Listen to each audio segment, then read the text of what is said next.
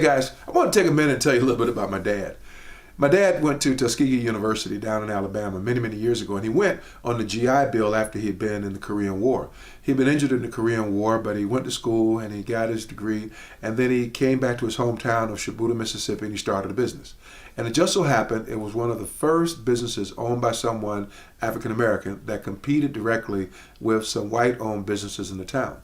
And my father being a real hard worker, my father being scrappy, my father being a hustler, his business started doing well. And he started taking some business from some of the white businesses that did a similar thing.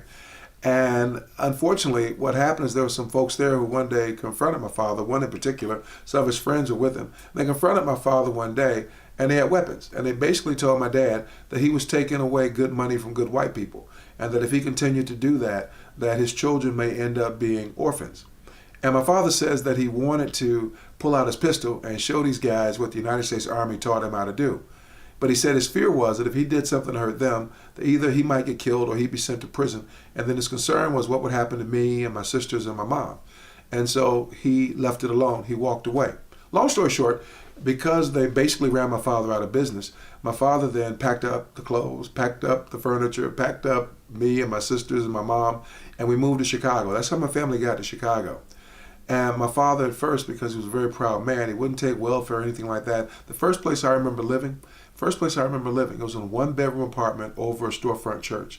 And it was me and my mom and my dad and my two sisters in a one-bedroom apartment. Mom and dad had the bedroom, me and my sisters, we slept basically on the floor for a good period of time until we could afford to do better.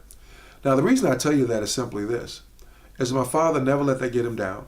He finally started doing better in terms of a job situation. My mother did better. She graduated from Tuskegee also. She finally got a good job. My dad got a better job. And you know what? We moved out of there and moved into a beautiful home. And that's where I really grew up. The thing I want to say to you is this. Do you know that my father never told me that story about the folks who ran him out of Mississippi simply because he had a business that was doing better than some white businesses?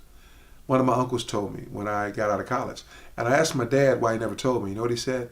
He said he never wanted me to have an excuse to dislike somebody just because of their color. He said everybody white didn't do that to him, just a few ignorant people in Shibuya, Mississippi. He said that most white people were good people, just like most black people were good people, and most Hispanic people were good people, and most Asian people were good people. But in every group, there's some folks who are idiots. And he said he didn't want me to use that as an excuse for me to be angry, for me to feel racist, for me not to want to have anything to do with certain groups. He said he didn't tell me because he didn't want me to hear about this until I was an adult and old enough to put it in perspective and not hate someone else because of their color. And if my father was able to think that through, and if my father was able to understand it's important not to think of everybody in a group as the same, to not stereotype everyone in a group, then how come some of you can't? And I promise you, you've never run into the level of racism or discrimination that my father ran into. Nobody threatened to kill you because of your job. Nobody threatened to kill you because of your color. And yet some of you feel like, oh, I can't stand those people because they're this color. Oh, I can't stand those people because they live in a different neighborhood. Let that go. Let that go. My father did. Life, lessons, we live, we learn. So pay attention, grow.